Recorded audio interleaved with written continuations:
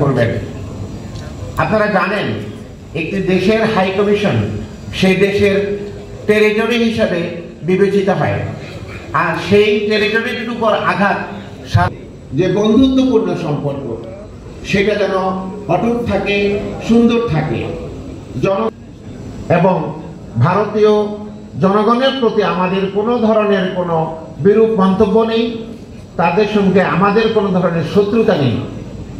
ব্যক্তির সঙ্গে সম্পর্ক সৃষ্টি করেছে, জনগণের সঙ্গে সম্পর্ক বাদ দিয়ে আমরা চাই যে আমাদের একটা যে প্রতিবেশী সুলভ সম্পর্ক, বন্ধু। এই হাসিনার প্রেতাত্মারা আবার এদেশে যদি আসে তাহলে কি অবস্থা সৃষ্টি হতে পারে সেটা আপনারা নিশ্চয়ই বুঝেছেন।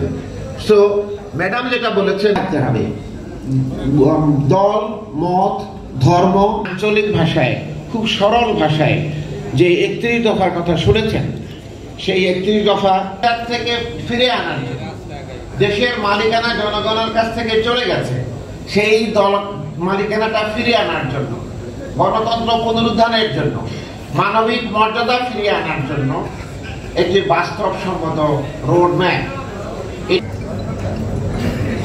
রাষ্ট্রপতি জিয়াউর রহমানের সময় প্রথম সংস্কার শুরু দেশে আন্দোলন শুরু হয়েছিল। সেই আন্দোলন এক সময় আমাদের স্বাধীনতা আন্দোলনে রূপান্তরিত হয়।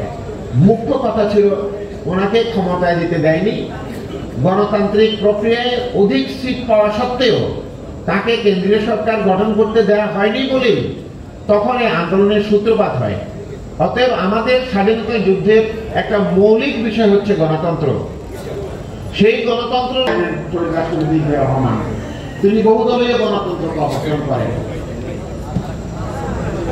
তিনি যে সমাজতান্ত্রিক সময়ে সৃষ্টি, এর আগে আমরা এই দুটো শব্দ we did not come across these two words।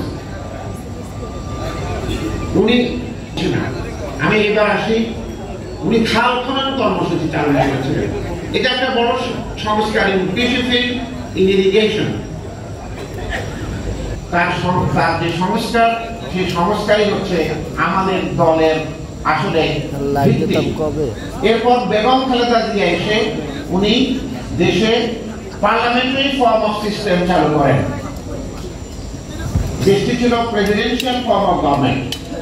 Manmohan Singh উনি চেষ্টা করেছিলেন ওনার দেশে ভ্যাট চালু করতে পারেননি।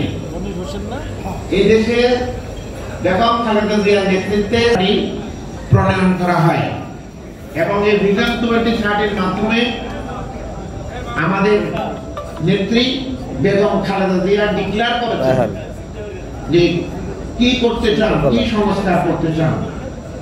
আপনারা যদি ভিশন 2030 যেটা আপনাদের এখন দেওয়া আছে, এই ভিশন 2030 যদি